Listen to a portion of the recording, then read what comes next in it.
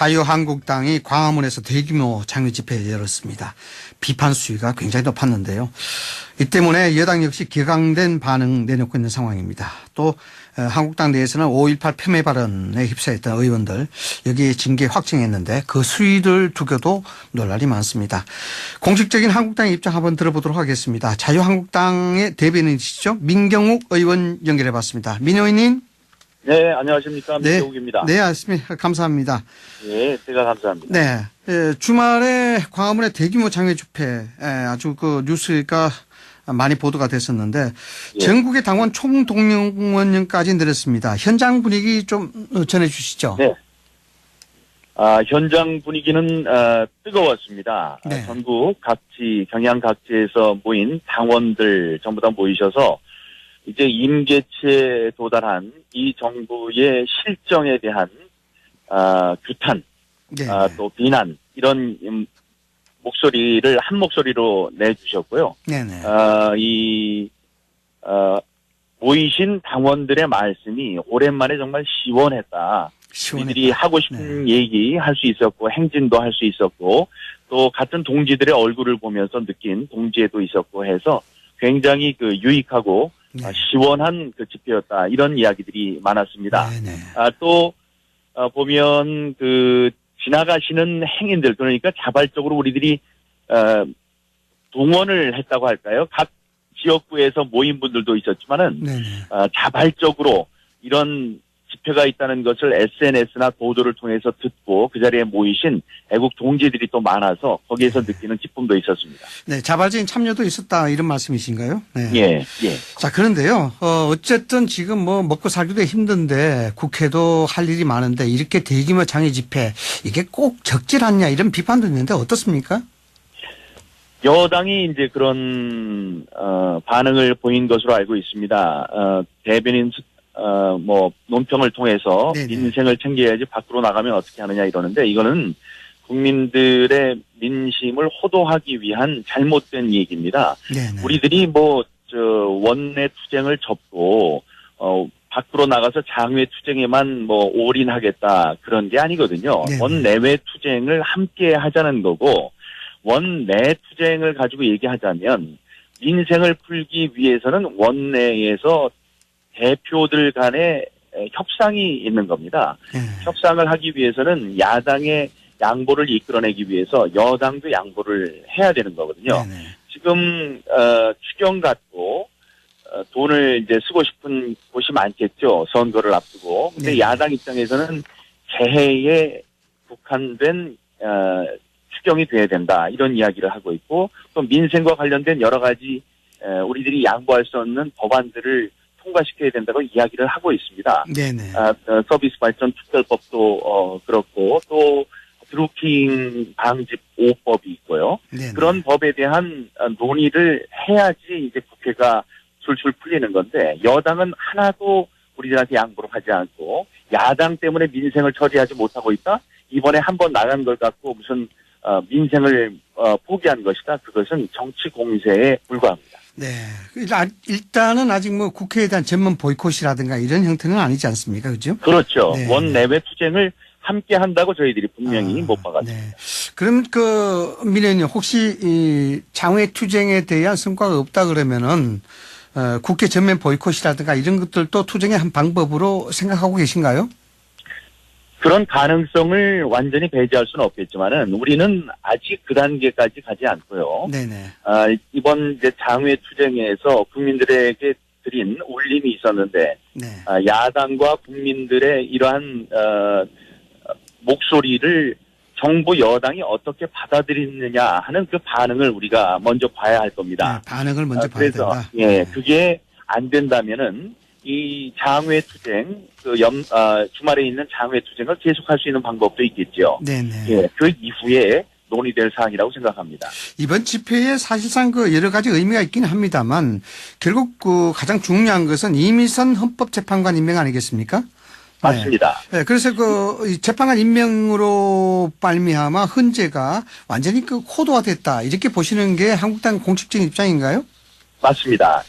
지금 이미선 헌법재판관 임명이 그 전에 김현철 통일부 장관과 박영선 중소기업부 장관도 네네. 크게 문제가 있는 분이셨습니다. 네. 그분들에 대한 임명을 하면 안 된다고 우리들이 경고를 했습니다.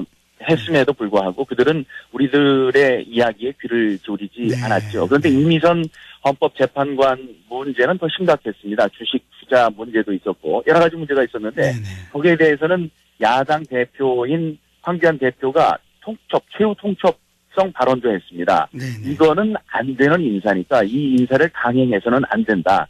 그런데 그것에 귀를 기울이지 않고 역시 해외에서 전자결제로 클릭 한 번으로 국민의 의사에 반하는 인사를 이렇게 강행했습니다. 이 사법부의 가장 높은 자리에 있는 분들이 이제 대법관과 헌법재판관인데요. 네네. 영어로는 이분들을 대법관 혹은 헌법재판관이라고 부르진 않고 justice라고 부릅니다. 정의라고 부릅니다. 이분들이 말하는 것, 이분들이 판결하는 것이 바로 정의가 되기 때문입니다. 그렇게 가장 높은 자리에 앉아 계시는 분들, 이분들을 그렇게 함부로 결격 사유가 있는 분들을 채워 넣어서는 안 되겠죠. 지금 입법, 사법, 행정, 게다가 범법 재판관, 다음에 중앙선관위 이 5개를 불러서 우리가 민주주의를 받드는 오부라고 얘기를 하는데 네네. 지금 오부가 전부 좌파 성향으로 그 코드 인사가 완성된 것이라고 저희들은 평가를 하고 있습니다. 네, 정의로서 정의를 판결한다 이런 말씀이신 것 같은데 일단은 앞서도 민 의원님께서 말씀하셨습니다마는 여기에 대한 정부 측의 대응 이것이 중요하긴 하겠습니다. 그런데 네. 앞으로 뭐 제2, 제3의 장외투쟁도 가능할 것 같은데 이번 주도 어떻게 장외투쟁 하실 계획으로 있으십니까? 이제 어제 그제 이제 장외투쟁이 있었기 때문에 거기에 대한 말씀드렸다시피 여당 정부 여당의 반응을 볼 텐데 지금 보면 제대로 된 반응을 내놓지 않고 있습니다. 네네. 이게 민의가 무섭다, 민심이 무섭다는 것을 아직 모르시는 것 같아요. 네. 그래서 거기에 대한 평가는 잠시 후에 있을 각종 이제 회의를 통해서 우리들이 입장을 결정하게 될 겁니다. 네, 황교안 대표 체제가 들어서면서 이제 첫 번째 장외투쟁이라 보시는데 알려지고 있습니다만은 계속 이 집회로 말미암아 황교안 대표 체제가 완전한 완톱 체제로 간다 이런 분석이 많고 또 그것 때문에 황교안 대표가 이런 장외투쟁을 계속할 것이라는 그런 추측들이 있습니다. 어떻게 네. 보십니까? 지금 완톱이라고 하는 것은 당의 완톱을 말씀하신 것 같지는 않고요. 네네. 여야 얘기할 때 야권의 원톱. 네네. 여권에서는 이제 문재인 대통령에서 여야 그렇죠. 이제 네. 투톱이 완성이 됐다고 생각을 이제 그렇게 이제 이야기를 하고 있고 저도 그런 해석에 대해서 뭐 이의를 달지 않습니다. 네네. 말씀드렸다시피 이번 장외 네. 투쟁은 네네. 임계점에 달한 민심을 보여주기 위해서 만든 겁니다. 네네. 이 무력한 외교 참사, 또 경제 폭망, 네네.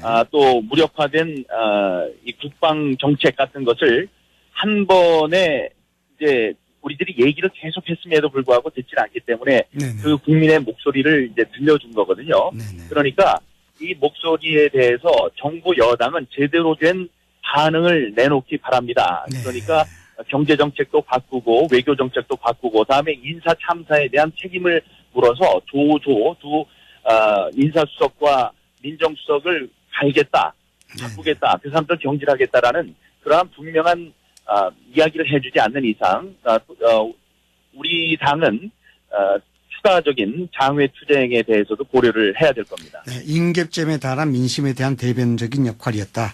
그리고 정부 여당과 청와대는 여기에 답을 하라. 이것이 이제 자유한국당의 공식적인 입장이라고 봐야 되겠죠? 네. 예, 그렇습니다. 자, 다른 얘기 좀 짚어보겠습니다. 5.18 논란 휩싸였던 의원 징계 확정을 했었는데 좀 약하다는 얘기가 많습니다. 네, 그분들이 하신 발언을 갖고 이제 발언을 이제 꼼꼼하게 들여다 보시면은 이제 다른 생각이 들겠지만 지금 네. 이제 당원권 정지 3개월과 경고거든요. 그것만 보면은 소음방망이 처벌이라고 얘기할 수 있습니다. 그런데 지금 윤리위원회에서는 고심을 거듭한 끝에 내린 어려운 결정이라고 생각을 합니다. 이게 실제로 말한 것보다 너무나 부당하게 큰 벌을 내리면은 네. 당 내부에서 큰 반발이 있을 거고요. 네네. 다음에 너무 또 약한 처벌이 있을 경우, 징계가 있을 경우에는 바깥에 있는 분들이 이제 노여워하실 일이기 때문에 그 어떤 발언을 했는지 발언에 대한 꼼꼼한 분석, 또 외부에 미친 영향을 꼼꼼하게 분석을 해서 내놓은 그런 결과라고 생각을 합니다. 네네. 보면요. 네. 김진태 의원은 녹화를 통해서 했기 때문에 문제가 될 발언의 소지가 없었습니다. 그리고 김순례 의원의 경우에는 5.18 유족이라는 괴물 집단이라는 잘못된 이야기를 했죠. 네. 그 발언에 대한 책임을 물은 고심 끝에 나온 결정이라고 생각합니다. 네, 김순례 최고위원 말씀하셨으니까 질문을 드리겠습니다만 당원권 정지가 됐는데 최고위원 박탈 여부 어떻게 되는 겁니까? 박탈 여부는 아직 결정되지 않았습니다. 그것이 관례로 보면 박탈을 할 수도 있고 아니면 3개월 후에 최고위원직을 계속 수행할 수도 있는 것으로 되어 있다고 제가 들었습니다. 김순례 의원은 국민과 또 의원들에게 보내는 편지를 통해서 친서를 통해서 당의 결정을 순순히 받아들이겠다, 또 반성하고 있다는 말을 했습니다. 네네. 그 결정에 대해서도 오늘 이제 기자분들이 여러 질문이 있을 것으로 생각하는데요. 지도부가 거기에 대한 올바른 합당한 결정을 해서 국민들께 알려드리는 계기가 오늘 마련되지 않을까 생각합니다. 네. 자, 민 의원님, 황교안 대표 말이죠. 황교안 대표가 다음 달에 있을 5.18 기념식 참석에 대한 고려를 하고 있다. 이런 보도가 나오는데 참석하십니까? 참석을 하실 것으로 전 보고 있습니다. 그와 비슷한 말씀하시는 걸 제가 들었습니다. 네. 참석하시게 되면은 이게 처음으로 한국당 대표가 참여하게 되는 건데 여러 가지 논란이 많이 있을 것 같은데 그것까지 감내하신다는 말씀이시죠? 예, 5.18 행사는 국가적으로 중요한 행사이기 때문에 정해져 있고 많은 국가의 중요한 분들이 참석을 하십니다. 참석을 하지 않는다면은 왜 안 하는지에 대한 구구절절한 변명이 있지만 5.18 국가적인 행사에 참석하시는데 왜 참석하느냐에 대한 답을 저희들이 드려야 될 필요는 없을 것 같습니다. 예, 그런데 이제 이런저런 말씀들이 있고 또 반응들이 있겠죠. 당 내외적으로 또 좌파냐 우파냐 보수냐 진보냐에 따라서 그 반응이 달라질 수 있을 겁니다. 그러나 그것은 또 5.18이라는 것이 우리 역사적인 사실이고요. 다음에 그 상처는 정치 지도자들이 앞장서서 상처 치유에 앞서야 되고 그 정신을 계승해야 합니다. 거기에 대한 역할을 충분히 이제 하는 일환으로 이번에 결정을 내리신 것으로 그렇게 생각하고 있습니다. 자, 바른미래당의 이현주 의원 말입니다. 이현주 의원께서 한국당으로 가겠다, 이 공개적으로 이야기를 했다고 나오고 있습니다. 여기에 원효철 의원은 꽃가마 태워주겠다는 말도 했는데, 20일도 총선 전에 입당한 것이 기정사실이죠. 어떻게 보십니까, 당내에서는? 예, 기정사실은 이현주 의원께서 결정을 하셔야 되는 거니까 제가 이제 그렇게 말씀드릴 수 있는지는 모르겠습니다만 저도 두 손 벌려서 두 손 들고 환영을 할 겁니다. 우리 당내에 계신 분들 거의 다 모든 분들이 그런 생각을 하실 텐데요. 그 이유는 우리가 하나로 모여야 되거든요. 토요일 집회에서도 모든 분들이 그러셨습니다. 하나로 뭉쳐야 한다. 우파 뭉쳐라 이런 주문이셨습니다. 이현주 의원께서 지금 당 밖에서 이 보수의 힘을 실어주는 여러 가지 좋은 발언을 하고 계십니다. 그런 분이 또 이 땅의 의사를 밝히신 것도 저희들은 환영을 하고 오신다면은 보수의 유능한 인재가 한 분 오신다는 의미 외에도 지금 이제 바른미래당 등 당 밖에 우리 자유한국당 밖에 계시는 우파 인사들이 하나로 모이게 되는 신호탄으로서 그 큰 의미가 있지 않을까 그렇게 생각해서 환영합니다. 네, 지금 당내 분위기는 전체적으로 환영한다, 이런 분위기로 해석해도 될까요? 네. 그럼요. 제가 만나 뵙는 제 주위에 있는 의원님들 모두 환영의 입장이었습니다. 얼른 빨리 모이는 게 좋겠다 그런 입장입니다. 결국 뭐 의원님께서도 지적을 하셨습니다만 보수 통합 이것이 이제 한국당의 가장 중요한 핵심 과제라고 볼 수가 있는데 이현주 의원이 만약에 입당하게 되면은 추가로 여기에 뭐 같이 합류할 수 있는 그런 의원들 있다고 보십니까? 여기는 이제 말이 조심스러워집니다. 왜냐하면은 다른 당에 계신 분들을 네. 제가 이제 들어오라 이런 말씀을 드리는 게 되기 때문에 이현주 의원께서는 뭐 본인의 입으로 네. 들어오겠다 이렇게 말씀하셨다고 그러니까 제가 자유롭게 얘기할 수 있지만 그러나 제 입장에서는 특히 저희 당에 있다가 나가신 분들 네. 그런 분들이 계시죠. 그런 분들이 정치 상황의 변화에 따라서 또 결심을 할 수 있는 일이 아닌가 그런 기대를 하고 있습니다. 그저께 주말에 광화문 집회가 난 후에 하고 난 후에 대한애국당 태극기 부인 모임 분들과 좀 충돌도 우려한다는 그런 얘기가 있었습니다만 다행히 좀 충돌이 없었어요. 예. 괜찮은 충돌 네. 말씀하시죠. 충돌이 우려가 없었다는데 그 가운데서도 우려가 된다는 얘기를 황 대표에게 전했는데 황 대표께서 괜찮다 그대로 진행하자 이런 얘기가 있었다는데 맞습니까? 맞습니다. SNS에 보면은 통상 저희들이 태극기 부대라고 부르는 이제 애국 시민들께서 네네. 이제 거친 이야기를 이제 주시는 분들이 계셔서 거기에 대한 우려가 있었던 건 사실이지만 그런 것과 관계없이 강행하겠다. 식대로 나가자라는 말씀이 실제로 토요일 날 나갔을 때는 태극기 부대라고 우리가 통칭하는 애국 시민들께서 많이 환영하는 박수도 쳐주셨고요. 저만 해도 한 100분이 넘는 분들과 악수를 한 것 같아요. 그러니까 저보다는 황교안 총리나 황교안 대표나 나경원 원내대표께서는 더 많이 받으셨겠죠. 그래서 그분들의 한결같은 생각은 하나로 뭉쳐라. 그리고 장외투쟁으로 나온 것을 환영한다. 그동안 이제 너무 이제 참고 얌전하게만 했었는데 그렇게 해서는 안 된다. 이런 메시지들을 주셨습니다. 자, 문재인 대통령이 여야정 협의체 제안했습니다. 받으시겠습니까? 여야정 협의체를 툭 던져놓고 이제 외유를 가셨습니다. 그런데 순방을 가셨는데 그렇게 말씀하셨을 때는 여당 대표에게 내가 이제 갈 테니까 다시 돌아올 때까지 여야정 협의체를 만들 수 있는 무슨 계기를 좀 마련하라 이런 뜻으로 다들 받아들였거든요. 그래서 여당 대표를 보았는데 전혀 그럴 기미가 없습니다. 아까 말씀드렸다시피 민주주의는 협상이고 협의이고 합치를 위한 협상이 있어야 되는 겁니다. 그렇죠. 그러기 위해서는 양보가 있어야 되고 받아내는 게 있어야 되고 기브 앤 테이크가 있어야 되거든요. 그런데 그런 것 전혀 없이 공허한 지금 이제 몸짓만 보이고 있는데 그런 의미에서 대통령의 말씀이 지금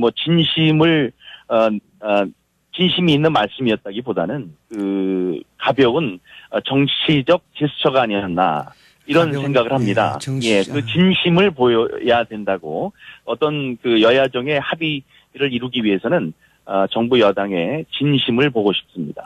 문재인 대통령이 귀국한 후에 귀국 성과 관련 자리 만든다 그러면은 여기도 불참하시는 걸로 봐야 되겠죠? 그거는 이제 대표께서 결정을 해야 할 그런 상황입니다. 그런데 이번 예전에는 해외 순방을 가면 기자분들이 타전하는 소식도 많았고 외교적 성과도 많았습니다. 그래서 제가 이제 수행을 하고 다니면서도 그거 브리핑하는데 굉장히 힘들고 바빴던 기억이 나거든요. 근데 요즘에는 그런 거를 볼 수 없어요. 그래서 외교적 순방 성과를 공유한다. 그런데 그렇게 하실 내용이 있을까 그런 걱정을 합니다. 알겠습니다. 지금까지 민경욱 자유한국당 대변인과 이야기 나눠봤습니다. 오늘 말씀 감사합니다. 네, 감사합니다.